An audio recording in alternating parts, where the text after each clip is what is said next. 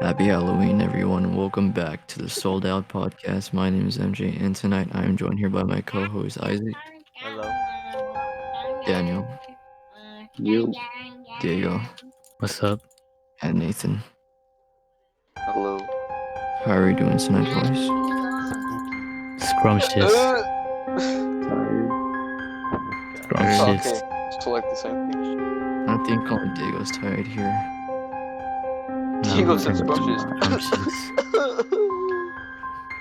He just told his thing. Alright, so what we're doing tonight is we're gonna be reading r slash no sleep stories. Cause you know Come on now. it's almost Halloween. It is Halloween. No, It it is is Halloween. Halloween. No, it is Halloween. What are you talking about? It is Halloween. I didn't realize. Currently This video Just isn't said- pre-recorded. It's Tony at Eight. 30th, Oh my like gosh. 10 minutes Diego. ago. Oh yeah, Alright. it is Halloween, not pre-recorded. It's Halloween. No, it's not pre-recorded. Yeah. I just didn't realize that it said 31st on the Probably, yeah. calendar yet. Alright, It so was today just we're the gonna be 30th, 10 minutes reading ago. some scary stories. Anyways, let's get into it. There was a reason why my neighbor's Halloween decorations always look so realistic. I absolutely used to love Halloween, not only dressing up as my favorite scary character, making horror-themed food, or putting up decorations. No, I love the atmosphere that filled our neighborhood, as it changed from its boring demeanor to something horrifying and exciting. My neighbor and my best friend Mark was an even bigger fanatic than myself. Each year, he tried to make the best costume or the scariest decoration. But despite our best efforts at becoming the Halloween kings, we could never match up to Mr. Black. Mr. Black was a man of advancing age. He had been widowed about a decade later, left behind by a vicious, evil wife that treated the entire neighborhood like crap. The only thing she ever loved was Halloween, and she'd make damn sure all the attention was directed at herself each year on October 31st. When she died, I almost felt relieved for the poor man. Still, for many reasons beyond my comprehension, he decided to keep his abusive wife's tradition alive. Each year, he'd come up with the most gruesome display of nightmare-inducing decoration. His entire house would be transferred into one of absolute mind-bending horror. He'd build a pool of blood in his garden, or he'd cover the entire house in cobwebs, unleashing a horde of spiders just to prove that he could. It was as beautiful as it was disgusting. How he constantly managed to outdo himself brought great joy to the rest of the neighborhood. Unfortunately, Mark couldn't stand it. He's a damn attention seeker. Always has to be in the spotlight every effing Halloween. For years, Mark had tried to outdo Mr. Black. He'd spent thousands of dollars in preparation, planning for months ahead of time, only to be blown out of the water by Mr. Black. What was even weirder was that each time, it would only take Mr. Black a day to set everything up, which enraged Mark beyond anything else in life. In 2019, Mark even resorted to renting animatronics that resembled crawling corpses. He littered his yard with the things, letting them scream and pull themselves around. He was so confident that year, and even as the 30th of October rolled around, Mr. Black still hadn't put up any decorations. When he went to work the next day, on Halloween itself, Mark was beyond himself with joy. He'd finally done it, and he wouldn't shut up about it. It wasn't until we got home later that day before we saw the horrors taking place in Mr. Black's front yard. In a span of 8 hours, he turned into a literal graveyard. Muffled screams were coming up from the ground, with bells that were attached to strings leading into buried coffins.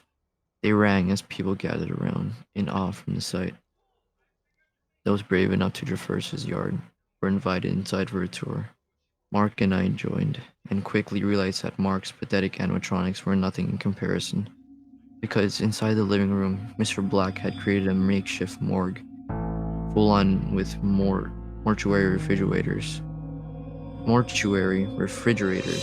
that rumbled around as if people were trapped inside. Mark was pissed. He couldn't believe it, and to be fair, neither could I. He swore then that he'd figured out how the hell Mr. Black managed to pull off these incredible feats each and every year, at such an advancing age and without any help. How does he do it? Have you ever seen any trucks or workmen outside his house? Mark asked. I chuckled. Nah, but come on. He's retired. He probably gets it done while we're at work. Still, Mark didn't believe it. That guy's up to something. Next year, I'm going to stay at home and figure it out. A year passed, and Mark actually remained true to his word. On the 31st of October 2020, he called in sick to work. I sighed once I found out, surprised at how seriously he was taking it. Then, at around noon, I got a frantic and excited voice message from Mark. I knew it. I freaking knew it. You won't believe what I found. Mr. Black is a depraved monster. I'm going to call the voice message was cut short, so I tried to call back. No response. After the fifth or so missed call, I started to get worried. There is absolutely no way Mark could have given me any peace if he truly found something. But no matter how many times I tried to call him, I just got a busy signal. By the end of the workday, I was truly scared for him. Mark was never that silent. I needed to figure out what was going on. As soon as I returned home, I went over to Mark's place, where I proceeded to hammer on his door. His wife was the one to answer, and she seemed too worried. Elise, is Mark here? She frowned. He went out to run some errands a few hours ago, but I haven't heard from him since. I thought maybe his phone died, but he should have been back home by now. Mark hadn't told her that his plan was to investigate Mr. Black, mostly because she would have been pissed, but I had to come clean. If he was truly missing, we need to call the police. While Elise was explaining the situation to the cops, I went over to talk to Mr. Black myself. It was already getting late. Both children and adults had gathered in front of his house, ready for the yearly tour of horror. That year, his yard had been turned into a field of tall grass. It was so dense we could hardly see his front door. All we could see amid the field were makeshift scarecrows. Mr. Black hadn't let anything go to waste. As we entered his yard, the air filled with the stench of rotting flesh. It wasn't unusual for him to utilize all five senses, but this was extreme. Mr. Black, do you have a moment? I asked. In a minute, old friend. After the tour, he shouted back as he led the people inside his home. I remained outside, disturbed by the odd smell. I moved some of the grass apart to inspect the scarecrows. They were horrifying, covered in old rags with bits and pieces of skin visible through the holes. They didn't even look like props. After a moment of hesitation, I reached out to pull off the scarecrow's mask. What I saw sent me falling to the ground in shock. That scarecrow wasn't a prop, nor a doll. It was an actual corpse.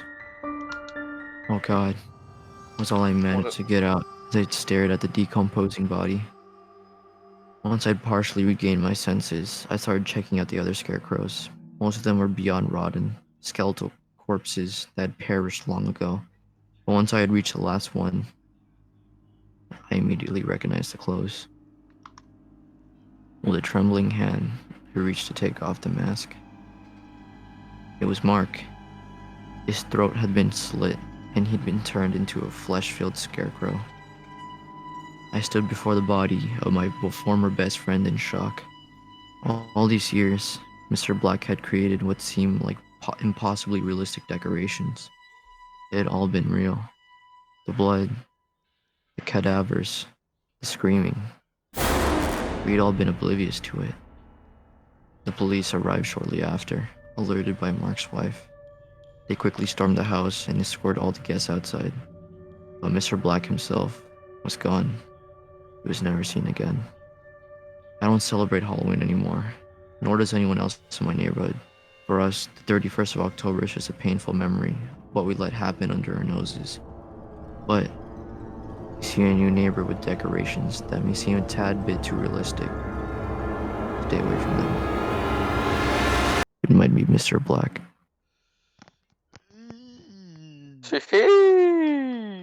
That's crazy. That That's was kinda weird. nice. Oh, I cannot That wait was to take a nice. sip of water. Danny, you want to follow up this I was one? actually, Oh my God, I that feels so do, good. but Go ahead, Danny. I So do, we're but not gonna, first, we're I not just gonna want to talk about.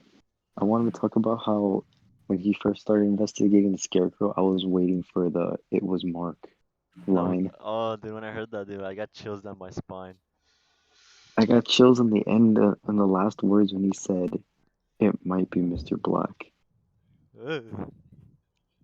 Alright, Danny. There wasn't He, like any pauses. I was like purposely doing pauses just to make like suspense. Yeah, I was reading it. It was yeah, like it was dot dot But nice. yeah, dots.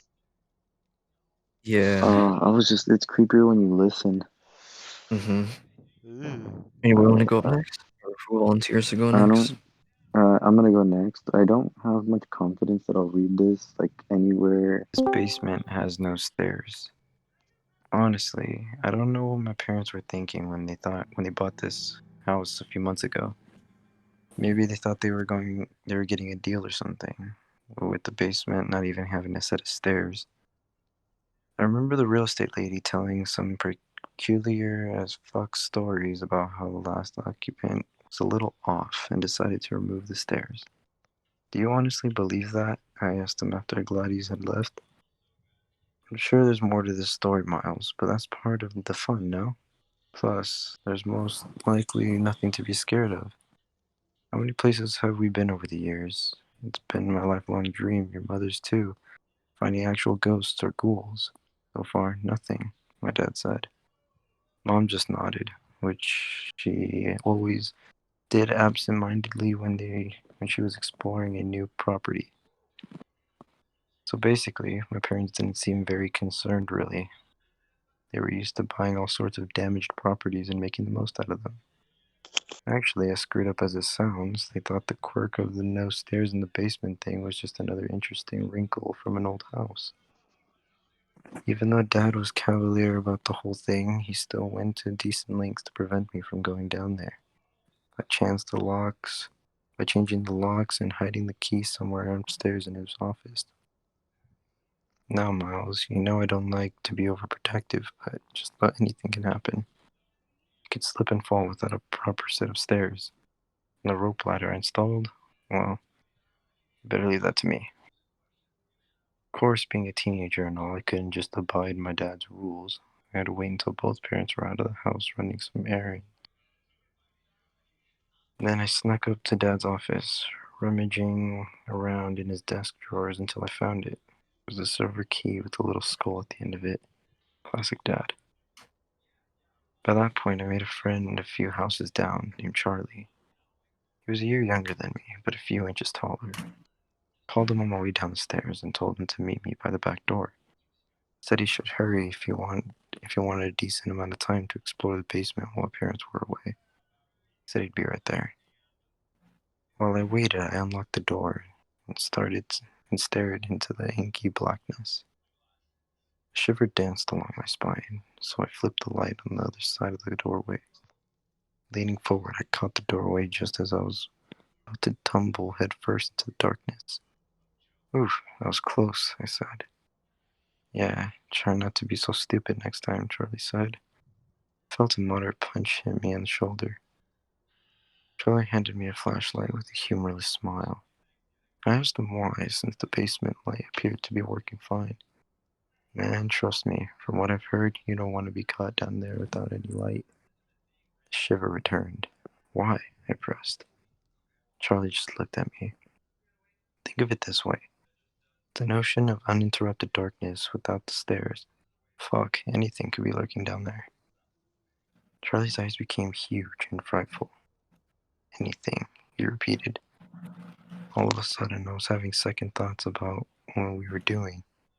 Despite Dad saying we hadn't found a ghost or anything paranormal yet, which was true, the darkness and mustiness of the basement seemed to ooze musty decades-old dread. Something was down there, I realized. I had the distinct impression that it was part human, part something else. Charlie descended the rope ladder first, and he beckoned me with the hand holding the flashlight. Gotta face your fears sometime, Charlie said in a flat voice. I wanted to run away then, run upstairs and throw the key into Dad's desk drawer and forget about this mess. Coming, I said, clumsily descending the rope ladder.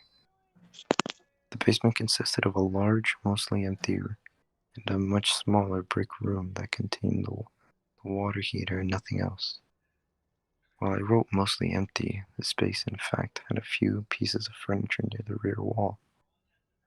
Faded couch, small oak table next to it. Top of the dust-choked table, an antique-looking lamp rested, still plugging in, but there wasn't even a bulb in the socket. Strange, Charlie said, his low voice echoing throughout the large room. I was glad for something to break the silence. Anything, really. What's so strange about a couch down in the basement? I asked, limbs shaking slightly. Even though rationally I couldn't determine why it was odd, strange, or frightening, looking at the dust-lined furniture sent mild chills through me. Well, I mean, the man who lived here before, Jenkins, he was only here for about 2 years. All this shit? Seems like it's been here for decades almost. Wonder if Charlie began, but his words trailed off. Like a train disappearing into the fog, sounds being swallowed with it. Before I could ask him what he meant, the dim light above flickered and went out completely, causing me to scream. Calm down, ass, Charlie said. Just flip on your light. The last few words sounded almost monstrous. I jumped back and screamed again. Fumbled with the button on the flashlight, pressing it several times before a brilliant beam of light sliced through the darkness and illuminated Charlie's irritated face. What's your problem? He grimaced at me, holding his own flashlight so its beam would similarly blind me. The way you said, I started, then cut myself off. Something terrifying dwelled in the darkness just before the light came on, and Charlie's irritated face didn't reassure me. Flashlights began to flicker, so without even thinking, I scrambled for the rope ladder and frantically climbing up to it, not even caring if Charlie was following me at this point. After I finished climbing, I turned around and stood breathless, staring into the unrelenting pool of shadows. A pale hand reached out from it, and I almost instinctively stepped on it so that it wouldn't be able to hurt me, and I caught myself. It was Charlie, and the hand was shaking in fear. I reached down and helped him up. Charlie seemed pissed at first that I ran out without staying to help him. He called me a coward and other assorted names. Then he appeared to get oddly mellow, like a switch had gotten flipped. He told me he had just an idea. You know what? I'll call you tomorrow, he said. Be ready. You might want to bring an extra change of underwear. I interpreted that as a dare of some kind, that he wanted to raise the stakes even more. I swallowed and nodded. After he left, I hurriedly went upstairs and placed the silver key back into Dad's desk drawer. Before I did that, I made sure to lock the basement door so he wouldn't suspect we were down there at all. Once that was done, I walked lazily in the backyard, lingering by the old oak tree. I was far too spooked to go back into the house alone. Thought I was alone for the longest time until a bald older man with long arms and stubby fingers peered over the edge of the tall fence, beady blue eyes staring at me. You look like you've just seen a ghost, the old man croaked. Hope you didn't go into the basement. That's what Jenkins did in. I mean, I assume he's dead now. No one's seen him in a year. Darkness swallowed him up. Stairless darkness. People don't understand how important stairs are. Keep the evil things from pooling. Who are you? I asked, flat-toned. Adrenaline from before I left my body. Now, as I was jittery, anxious mess, wanting for the thing in the basement to get me. Waiting for the thing in the basement to get me. Name's Harold, and don't dismiss what I'm saying as the ramblings of a senile old man. Lived here for years and years. You had the same look on your face as Jenkins did. He disappeared shortly after. Before that, the nasty child predator lived there, lurking kids into basements. When Jenkins moved in, we knew he had problems. Was a known drunk, but he was normal. Enough. Then he started getting obsessed with the basement, saying if he ripped out those stairs, the thing below wouldn't be able to reach him. So he did. The very next night, no one heard from him again. So you're saying we need to put stairs down there in order to be safe? Yes. Whatever you do, don't go into the basement until then. Did go in the basement just now. You were lucky to survive. Told Harold I would listen to what he said, and I went back inside, waiting for my parents to get home. That night, I only picked at dinner, offering some morsels of conversations so that they wouldn't think of something was wrong. Mom kept asking if I was okay, said I looked pale. I responded that she always said that, and she laughed in response. I found I couldn't sleep very well once in my room, even after unwinding the video games and some light web surfing. It wasn't until I received Charlie's text that I knew I needed to get some sleep. Tomorrow's gonna be a big day. We're going into that crawl space, and then we'll see if you're actually a coward or not. Did I remember seeing a crawl space? I wasn't about to go down in the middle of the night and check all by myself. Kept thinking about what Harold, the elderly, slightly creepy neighbor, said about how the stairs kept the darkness from pooling. Maybe it was the thought of that which made me drowsy. Before I knew it, I was asleep, having terrible nightmares about the basement. Imagining a narrow crawl space with a white hand reaching out and grabbing for me. The next day I prepared for Charlie's arrival. Honestly, I was a bit nervous because Charlie's old mellowness following his outbursts meant he planned something big. Thinking about what the creepy neighbor said again, didn't want to go down there without something a bit more concrete than a rope ladder I used last time to climb out of the nightmarish underground pit. Figured if what he said was true, the stairs kept the darkness from pooling, and it couldn't hurt to construct an artificial staircase. Luckily, since we moved not that long ago, we still had several stacks of storage totes down in the garage, which is still needed to be sorted through. I used the heavier ones to create an artificial staircase, finally standing back 20 minutes later to admire my handiwork. When Charlie entered through the back door, he had a mischievous smile on his face. Why do you have that look on your face for? I asked. Oh, no reason, he replied. That smile didn't wane. I had a feeling Charlie knew something concerning our imminent trip to the basement. Dust choked nightmare swirling in my head. You made stairs out of totes? Inventive, I guess, Charlie commented, losing his smile a little. Yeah, well, the neighbor Harold, he said the stairs kept the darkness from... Look, I know it's going to sound stupid. From pulling together. He mentioned as much to me when he caught me sneaking out of the house a few times last year when it wasn't occupied. I just ignore him. He's a crazy senile old man. We descended the makeshift staircase carefully, flashlights in hand in case the worst happened. Charlie's smile returned somewhat. It made me nervous for some reason. Charlie entered the crawl space first, making short work of the task because he was pretty nimble. It took me a few more tries before I could hoist myself up. Once I did, I bemoaned the amount of dust and debris clinging to the knees of my jeans. Charlie led us further in. I kept looking back to the jagged rectangular hole in the light coming in as a source of comfort. A little further in, I peered back just in time to see the light in the main room flicker and die. State of complete terror, I fumbled with the flashlight's button before pressing it firmly, and it held in front of me with anxious hands.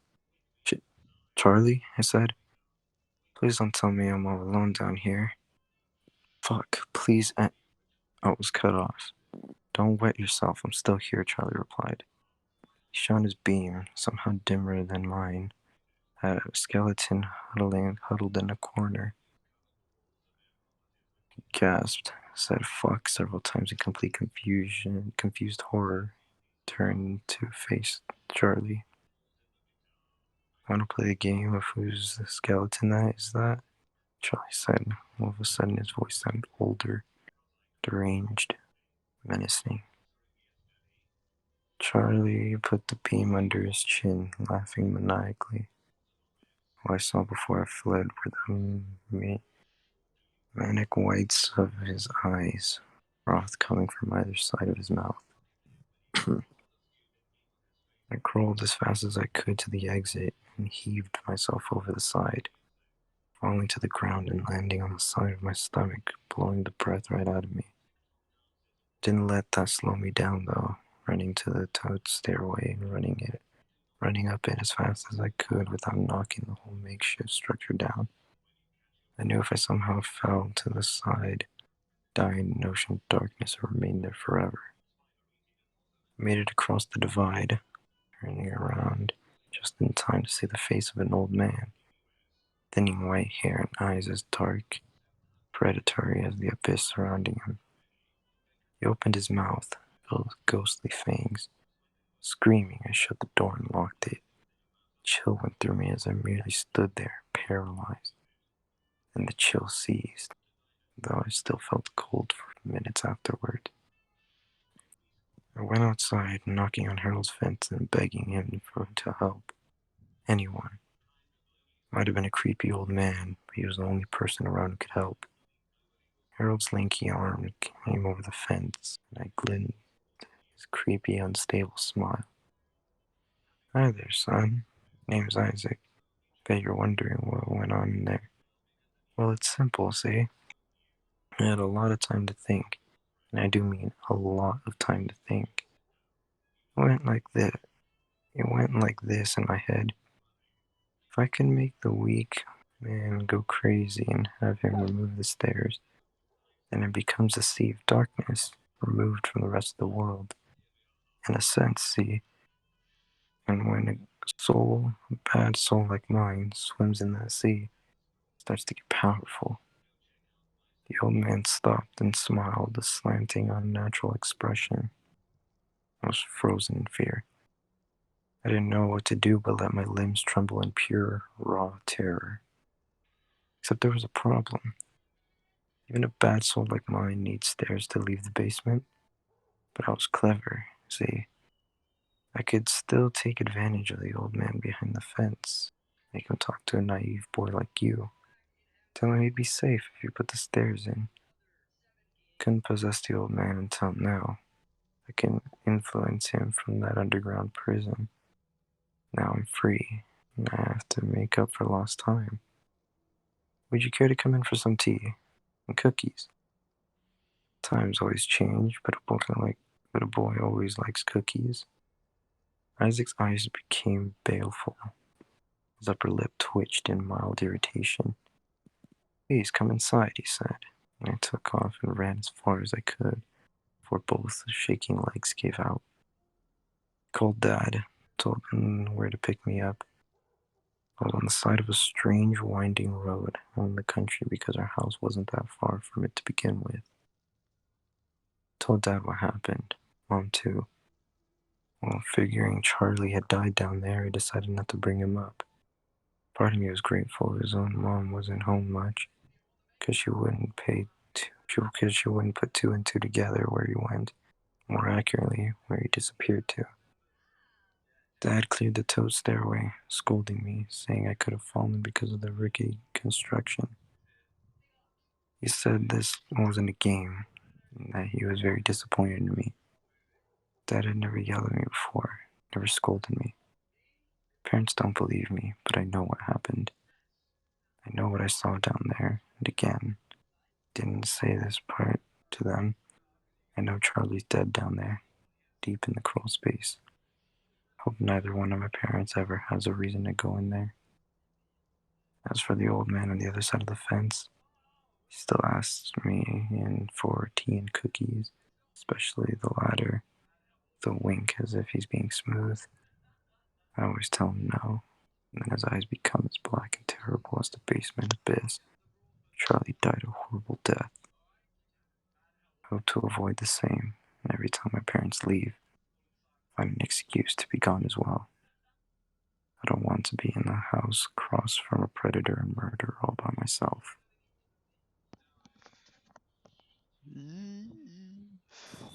That shit was worse than the first one, bro. Damn. Isaac, That was good. Isaac, You know, mute for a your mic. fact. Mute your mic when somebody's reading, because you can hear background noises. Okay. I didn't hear anything. $100 mic. But Dude. I Oh my honestly god. thought, like, a couple times when I thought I was getting really into it, my voice would crack or I'll like stutter or say something wrong, and I'm just like, fuck, I fucked up the what's it called? The energy, Suspense. the suspense, yeah, that. But then I would bring it back, and I knew that I was gaining it by the end, so I just tried to end it off good at least. Dude, this song went like perfect when that one I part. turned on I the don't song. remember what I you turned on said, the but like, song. I'm scared. No. That was Oh. oh, nice. Dude, whoever played that song, Isaac, that was you, right? No. I played it. Oh, whoever put the song, that was clutch when they started it when they did, because I knew it started getting creepy once I heard it. I kept turning around. I'm too scared right Bro, now. me too. I could turn into my like restroom, bro. Oh fuck no. Who wants to follow up after that? Yeah, who wants to follow up? I'll follow Diego? up. Yeah. Nathan, okay. Send the link so we can all read it. Link your story. Yeah, we all want to read it. Go ahead, Nathan. Take it away. I'm just gonna listen, bro. I'm gonna mute I just too. took a DNA test. I did one of those whole testing kits. You know the other No, ones. come on. Okay. No, I'm No, going come over it. on. I'm going over it. I'm going over it. Oh, okay. Wait, which one's yours again, Oh, Nathan? the DNA I one. just took a DNA test. I just took a DNA test. Okay. Alright. Okay. So I need to short. turn on rhythm. Fuck that. It's on. Wait, it's on 150 for me. Jesus. Fucking pussies. I'm actually turning it gonna up to keep rhythm 200. on to make it more suspenseful. I'm a pussy. I'm a pussy. I'm a fucking am pussy. I don't too, give a I'm shit. gonna play the song. Alright. No, I'll play the music after that. I like when I Just- start editing. Well, fuck that shit. Yeah, do that. That's what brings up the mood, bro. Alright, go ahead. Alright. I Turn did that one off of already. those at-home DNA testing kits. You know the ones they can supposedly tell you your ancestral makeup, help you connect with long-lost relatives. That's what the specific test I used had this option to make your DNA available to law enforcement. That way, if there's a partial DNA match to a crime scene or victim, my DNA may help law enforcement identify the perpetrator. Maybe I shouldn't have opted in. The thing is, I've read about these a lot in the news. If you're a true crime fan, you know that these kids can sometimes lead police to catch decades-old serial killers and that have long eluded capture. My thinking was that if one of my family members is actually a monster, well, I would want them to be behind bars, regardless of who it is. So I opted in, but never really considered the possibility that there'd be a match. And then there was. I was contacted by my local police department and notified that my DNA had been a partial match to a Jane Doe and that they'd like to help in identifying her. That was honestly not what I was expecting. I was a match for a dead woman? The police explained to me that our DNA profiles indicated we may have been related, and that they wanted to know if I knew any relatives who had gone missing or hadn't been heard from in the past 5 years. 5 years, yes, because they've determined her time of death was about 5 years ago, based on the state of her body when it was found. They've reason to believe it was a homicide, though they weren't able to tell me the cause of death. Apparently, due to the state of her remains, it was impossible to tell. Well, I don't know of any family members who've gone missing, but I don't know my extended family all that well. I decided to get my mother involved, who does genealogy. She worked with the police going through our family tree, but ultimately we could not find anyone. So someone we didn't know. You're related to, possibly? At this point, we decided to talk to the rest of my family, immediate and extended, to see if anybody else knew anything of it. Most of our family members thought it was pretty cool. I wanted to see the mystery solved, though a few were angry at me for giving my DNA to the law enforcement in the first place. The police showed us a sketch of what they think the woman would have looked like, and my mother and I agreed she had some resemblance to my aunt Linda, particularly in the strong brow and high cheekbones. The police decided to ask Aunt Linda and her two children, Ethan and Bex, to submit DNA samples. They agreed. It took about 2 weeks to hear back from the police after the samples had been submitted. They probably weren't at the top of the priority list for the crime lab, but when they did get the results back, they asked Bex and Aunt Linda specifically to come down to the station. Bex actually asked me to come with her. She and I were really close growing up, basically best friends. We've lost touch over the years, but I still consider her as a close friend. I agreed to go in with her, even though I wasn't sure why she wanted me in there. When the police told us what they found, to say I was shocked is an understatement. The DNA from Jane Doe was an exact match to Beck's. Of course, my initial thought was that there had to have been some mistake. I asked what was the likelihood. Well, what the likelihood is that the DNA matched Beck's without actually coming from her. 1 in 5.4 billion, they said. They told us that this was extremely perplexing and that they had no explanation for the match. I asked Aunt Linda if Bex had an identical twin that nobody knew about. Maybe. But she shook her head. The police told us that the identical twins don't actually have a perfect identical DNA anyway, so that couldn't explain the match. I was perturbed. I'm sure you can imagine why. Bex and Aunt Linda, though, were not. They left. Actually left. When the police presented them with their evidence and shrugged it off. Isn't that just the weirdest thing? Said Aunt Linda. They were both smiling and giggling the rest of the time, which clearly made the police uncomfortable. They told the police that they hoped Jane Doe could be identified one day, but that they were pretty sure they couldn't help any further, and then left the police station. I followed after them in a daze, confused both by what the police had told us and by Bex and Aunt Linda's behavior. On the way home, I asked Bex if it truly does bother her, or didn't bother her. She said, "Come on, Veronica. There's obviously been some mistake. It's just not possible for my DNA to match exactly with the dead woman's. The cops have screwed something up and they'll probably figure it out in a few days and call us and apologize. Don't worry so much about it." I tried to take her advice. My mom even agreed with her, saying it had to be some sort of error and that it would get cleared up sooner or later. 3 days after we spoke to the police, Bex, Ethan, and Aunt Linda vanished. My mom had gone over to their place to borrow some family photo albums from Aunt Linda to discover that the front door was unlocked and opened. Nobody was inside. We tried to reach them on their cell phones, but were informed that their numbers had been all disconnected.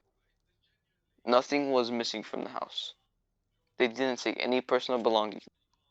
Their cars were in the garage. It was like they just vanished. And they didn't come back. We reported them missing, of course, and a few days after that, the police asked my mom and me to come down to the station. That's when they revealed that they'd run Aunt Linda and Ethan's DNA through their database and came up with two more exact matches to a Jane and John Doe, whose bodies were found within 50 miles of each other, and the original Jane Doe. All of them died about 5 years ago. Once is a mistake or maybe weird, freakish coincidence, but 3 times? The police were baffled. They asked us for all the information we could give them on my aunt's family. They specifically wanted to know what they were doing 5 years ago.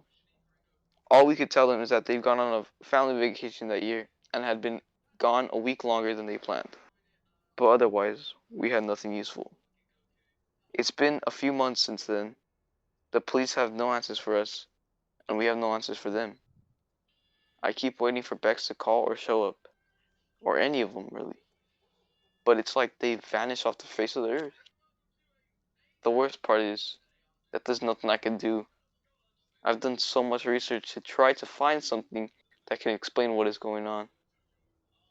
But I can't come up with a theory that makes sense. Nothing grounded in reality anyway.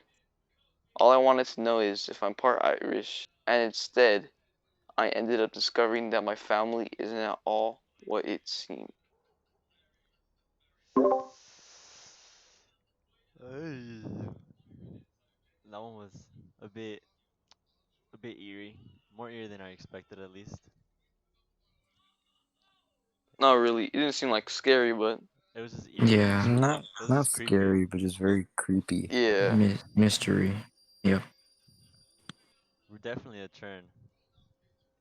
Huge turn. But who wants to follow up after that? Diego, you wanna go? Oh yeah, it's me next, huh? Yeah, Alright, well then let me just link the story in Yeah. Discord. you got it.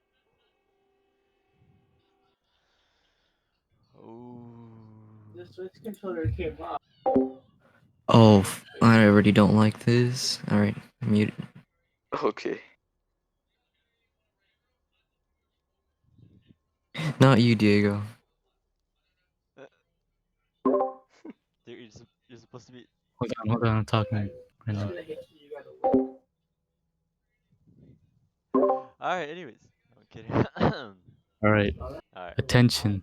This is a breaking news report from NBC News. A message spoke from the TV into the living room. I forgot to turn it off last night after going to bed. I got up to go turn it off, but something intrigued me into listening. The subtitle, Reports of Mass Cannibalism in Downtown Washington, D.C. It said below the person standing behind the podium and before a crowd. That person was Redfield, the director of the CDC. It looked like he was sweating bullets. I raised an eyebrow because that's something you don't hear at all. Do you know if these reports of cannibalism are true, Mr. Redfield? One of the reporters asked. Yes, all the reports are true. We are trying to stop it as soon as possible. Next question, Redfield said in a somehow calm voice. Hello, Mr. Redfield.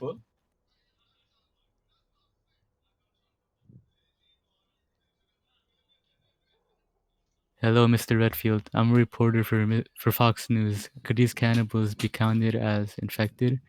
Not at the moment, no. It's too early to be labeling them as infected. Redfield couldn't even finish his sentence before there was a large bang at the door. A woman screamed while murmurs were echoing throughout the room. Holy crap, this guy needs a medic, a voice said off in the distance. The last thing I saw before the TV cut the static was Redfield's frightened expression. His expression made me shiver like someone had put their hand on my body after being outside in the cold for a while. I turned off the TV and sat with my thoughts, and only my thoughts. My thoughts about my friends, my co-workers, and my family members. I called my mom to make sure she was okay. It ringed for a few seconds and then she picked up. Hi, sweetie, do you want something? She asked in the old grandma voice she always does. Mom, have you watched the news lately? No, I haven't. Why? The news says there are reports of mass cannibalism in Washington, D.C. That's just fake news, she said with a reasonable voice. The footage of these attacks seems to be very real, Mom. If you're going to argue with me, I'll just get off the phone. Mom, wait. She hung up the phone by the time I finished my sentence. After the call, I sat down on the sofa and cried a single tear. Where's the nearest evacuation center? I asked myself. I turned on the TV and looked at all the channels that are available to me and looked for any information about a haven. Lucky for me, there was a list of them going across the screen. I exhaled a sigh of relief because there was an evacuation center a few miles away from here. I started setting up a plan right when I decided I was going to that specific center. Every single idea was either an idea that would get me killed or would save me big time. First, use a car or Walkman and be as quiet as possible. The first and probably my most important decision, but I went straight for walking because of a stealthy tactic that can probably work. But the bad things about walking is that it would take me about 4 hours to walk there. Uninterrupted, of course. Second, never kill a zombie unless you have to. Basically, a good idea off the bat. This was the last thing that came to my mind before I started packing things into a backpack. I got some canned foods, peaches, beans, corn, etc., and some snacks so I don't get too hungry. I packed up a sleeping bag and a portable light from my old camping days. I filled up a metal water bottle and put it in the right pocket of my backpack. I put a pocket knife in my pocket and put a flashlight in the left pocket of my backpack. I got my phone just in case I could use it. I got a belt and put my sheath for my machete on it. Last and not least, a picture of my mom and me. I lived at the end of an isolated dirt road, so it was pointless to go out on the first day. So I decided to stay home and sleep before it's time to leave. So I slept and woke up to birds chirping a happy tune, probably bragging to me about having the ability to fly. I got up out of the bed and got down on my knees and prayed. Now I'm not a religious person, but I feel like I needed to do this just this once. Dear God, please don't let my friends and my family get hurt in this terrible time. Please give me the strength to walk into this heaven and give me the strength to survive. Amen. I motioned the sign of the cross and picked up my bag and left the house, never to look back. My parents ran across ran across country and track. I pretty much took after them, but I was way more consistent with my work style. But I didn't mind walking at all. I exited the dirt road and went left, and the first thing I saw was a number of cars on the highways. Burnt cars, bloody cars, normal but can probably still be used cars. I checked each car to see if I can find something, anything at all, but nothing was the distance. I sat and listened. It sounds like a whole bunch of sounds now. I went off into the ditch and hid myself, hoping it wasn't a horde of those things. As I was hiding, I heard the roar of motorcycles roaring through. They're probably on their way to the evac station as well. I told myself I got back after the biker gang left and started walking again. I remember that there were a bunch of houses down this highway, so I kept walking until I got to the first one. The house looked untouched, like the owners were on vacation or something. I went up to the door and turned the knob. It was locked, of course, but I could try to find the window on the back. I found the window and smashed it open. I crawled inside and found something spectacular. Nothing was in bad condition. The carpet, the furniture, the food wasn't even bad. Lucky for me, they had a gun rack. There, there was a bundle of guns, but I took a scope from a ride and got the revolver below it. I put the scope on the revolver and stuffed it into my bag. I got out my sleeping bag and rolled it out. I also tried to find some boards so I could repair the window, but I could only find some, so I used the furniture that was not worth it. Once I got done with that, I jumped into my sleeping bag and then I closed my eyes to try to go to sleep. Until the noise of shuffling kept me awake, the kicking of rocks, the scraping of grass, and the groans. The groans are the worst, the humanoid strains of fighting for their right to survive under any means necessary. I knew it was infected when I first heard the first sign of movement. I put my hand over my mouth in hopes of them not hearing me. And thankfully they didn't, but I think they stopped outside just for a few seconds. After I knew they were gone, I tried to call my family. I called my sister first, nothing. My niece and nephew, nothing. And finally my mom and dad. I was already starting to tear up from not getting answers from the others. I pressed the call button and waited. Ring, ring, ring, ring, ring, ring. I started shaking. Ring, ring, ring. I hung up because I already knew that they wouldn't answer. I sobbed into my sleeping bag, never knowing if they were alive or not. I got up and brushed my teeth and packed up my remaining stuff and left to walk the empty road once more. I stopped by the roadside park that sits right beside the highway. The park was beautiful, the water running down the small creeks into the pond The trees are bright and green. I sat down in one of the picnic tables and admired it. Even in an apocalypse, nature still had its beauty. As I was staring at the water, a little white-tailed Not deer that. came The into door frame. frame. Its The door curiosity frame. almost made me laugh. Mm. It saw me and walked towards me. I couldn't help but smile. I tried to get it some food, but it ran away. I figured it was time to go, but before I did, I made a little rock stack that I always saw when I hiked so long ago. Hopefully. I got up off the ground and started walking.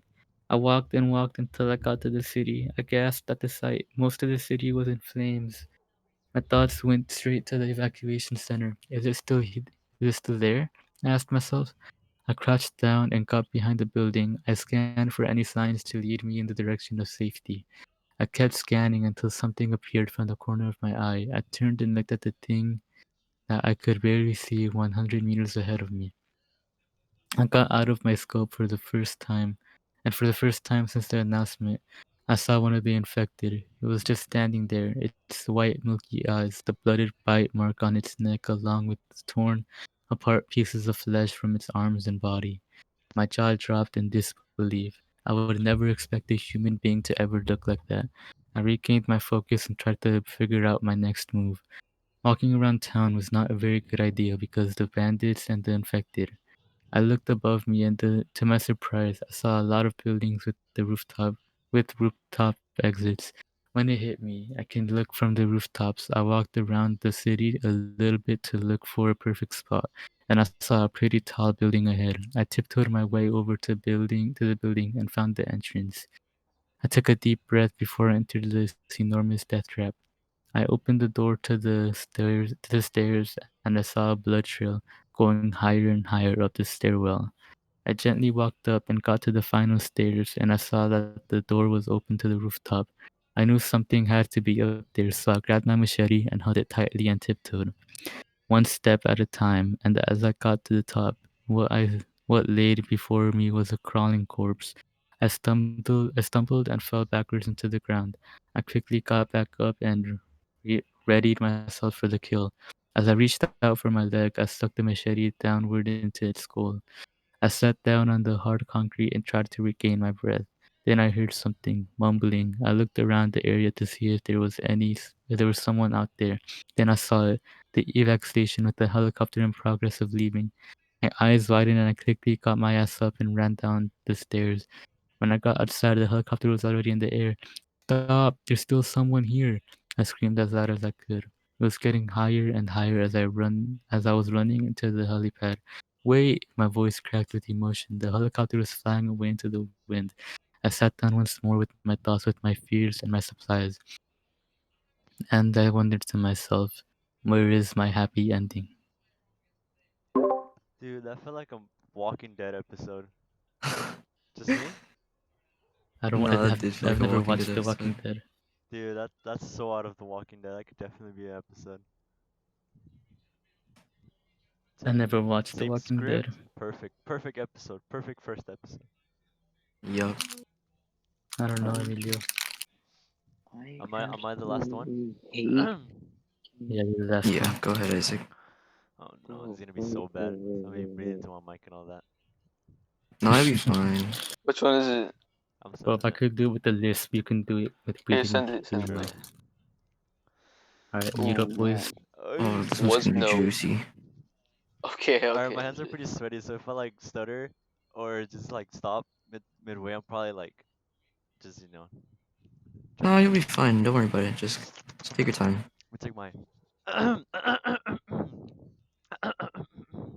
Alright, Daddy, look. Oh, what the fuck? It restarted. Hold on. Hold up. What? The technical Uh, difficulties. They refreshed. They refreshed. My bad. My bad. Oh, okay. Okay. Alright. The Alright. For real. recording just For real started. this I'm gonna keep my time. mic muted for this You. one. Daddy, look. My daughter shouted. Hold on a minute, sweetheart. I heard my husband Greg say from the next door. But Daddy, look. Oh yeah, that's great. He said absently. I rolled my eyes. If he just paid attention to her, I thought she wouldn't always demand it. Mommy, look! My daughter yelled excitedly.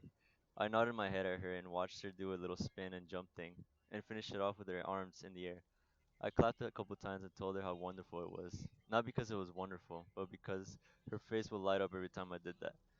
I looked over at my husband and gestured in a see, not that hard motion, before telling my daughter to go and get ready for bed. He didn't pay attention, of course.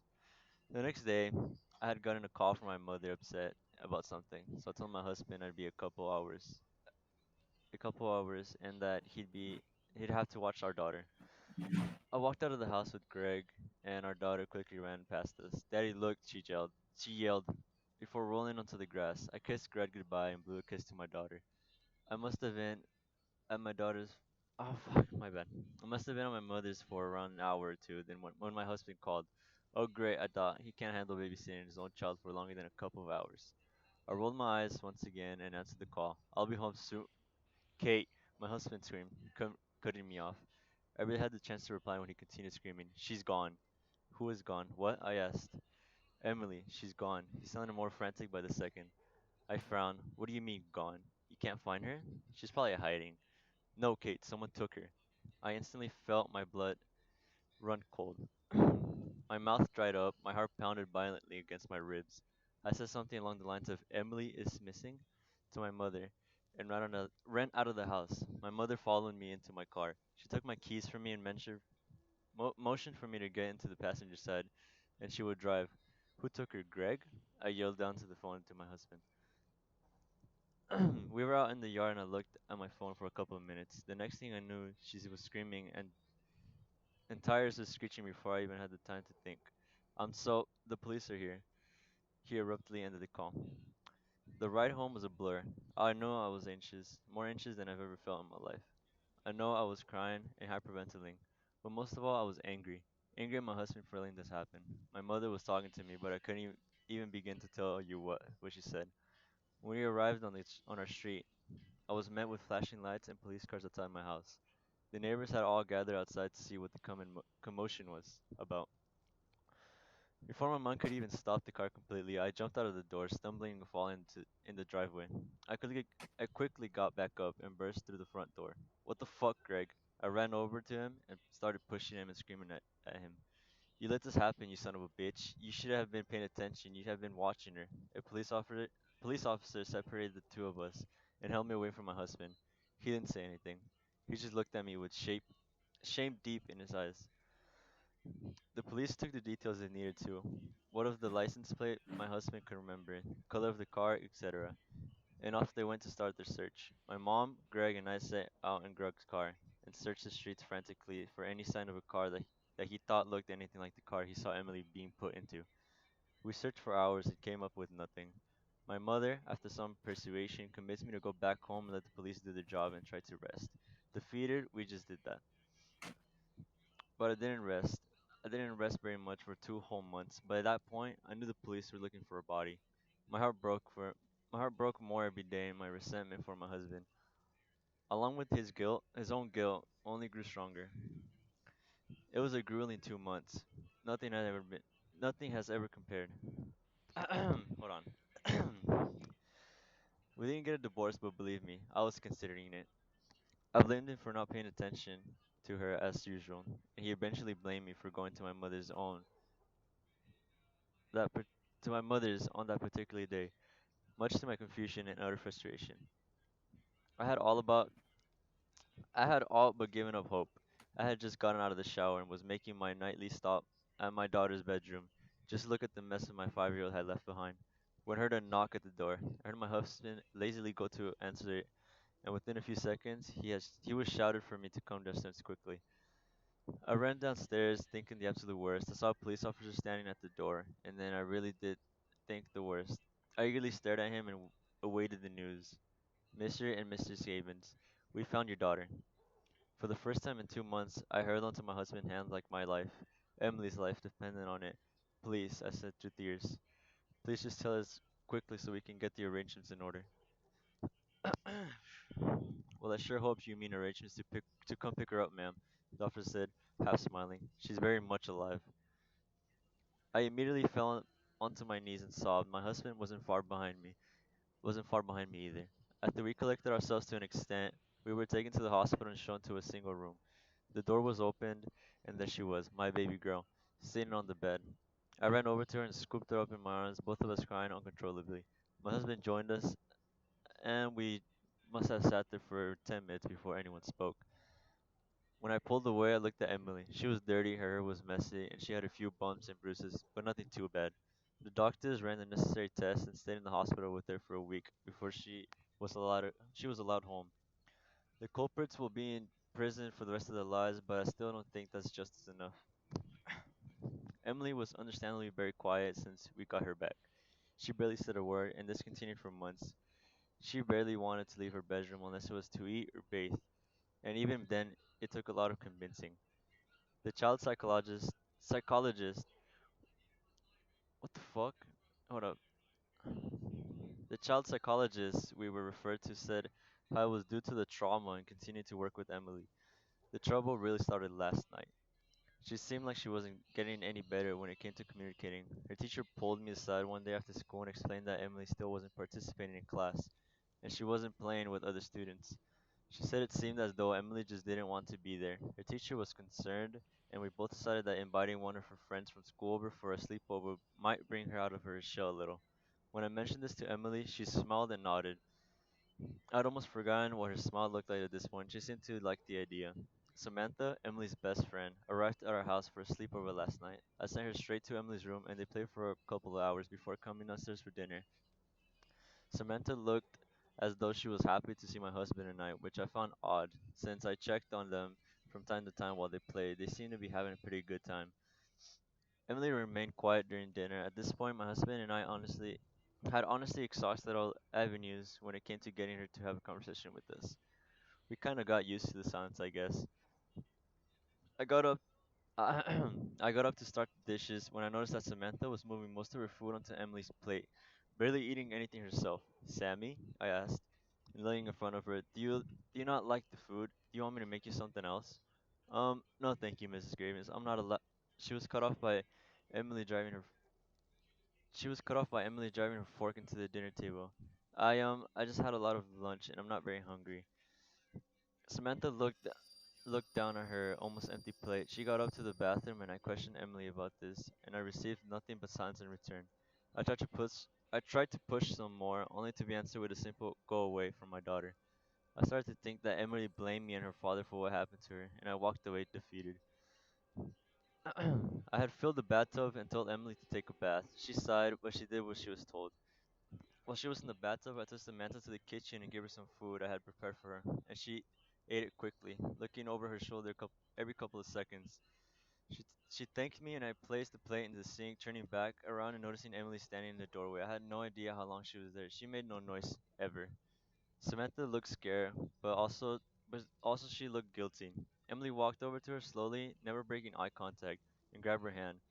Samantha seemed to flinch a little, but followed Emily while she led her back to the bedroom. A couple of minutes been a couple of minutes went by and I couldn't stop myself from sneaking up the stairs and looking through the small gap in Emily's bedroom door. I told you, Emily yelled. Samantha was crying. I told you not to eat. I told you that I wanted your food. Emily pushed Samantha on the soldier. Fuck's sake. Emily pushed Samantha on her shoulders. I'm sorry, I was so hungry, Emily. Samantha sobbed. I wanted to burst through the door. I wanted to pull that little girl out of there, but I was frozen to the spot. You've really made me mad, Emily snarled. Her voice sounded different, deeper. Samantha continued to apologize. I don't care if you're sorry, Emily continued, her voice sounding less like my sweet little 7-year-old. You ever make me mad like that again, and I'll cut your fucking eyes out and I'll make you eat them. I felt my breath catch in my throat. Samantha continued to cry. Do you hear me? Emily screamed. Her eyes looked darker, evil somehow. Samantha didn't answer her. I said, do you hear me, you stupid little bitch? She slapped Samantha on her head, and that moment I barged in the room. Emily Gavins, what in the world do you think you're doing? I yelled, grabbing Samantha by the hand and take her out of the room. Come on, honey. I led her towards the stairs. I'll take you home. Emily started to scream. I don't mean a child's tantrum kind of scream, but a scream that I swear shook the whole house. My husband came running up the stairs when he heard it, heading towards Emily's room. Fuck off, Emily screeched. Fuck off before I rip out your throat and feed it to that greedy bitch, Samantha. The most grotesque cracking noises came from the inside of Emily's room. My husband let out a noise of pure disgust. I put Samantha down and joined him at the door. Emily was standing with her back towards the door, but bending her body all the way back. Her eyes were black. She shrieked as she bent her body down further and landed her hands on the floor, crawling like this towards us. My husband staggered backwards, shaking to his core and covering his ears to try and ease the earache her screams that followed were causing. I slammed the door shut quickly and held onto the handle, which was followed by mostly terrifying screams I've ever heard in my life. I must have held the door handle for 10 minutes while the door shook. Then, just as quick as it started, the screaming stopped. I looked. Oh shit. I looked. Oh my god, it restarted again. Hold on.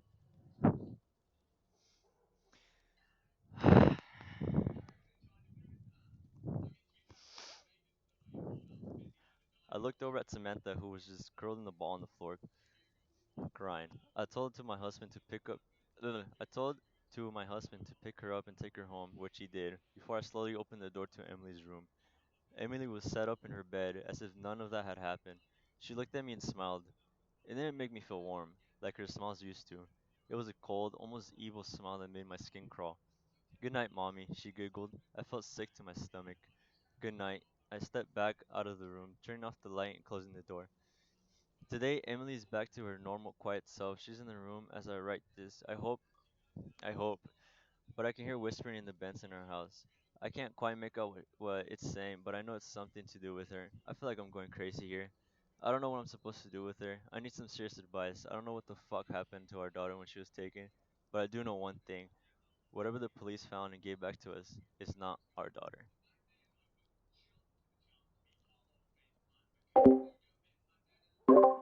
Sheesh.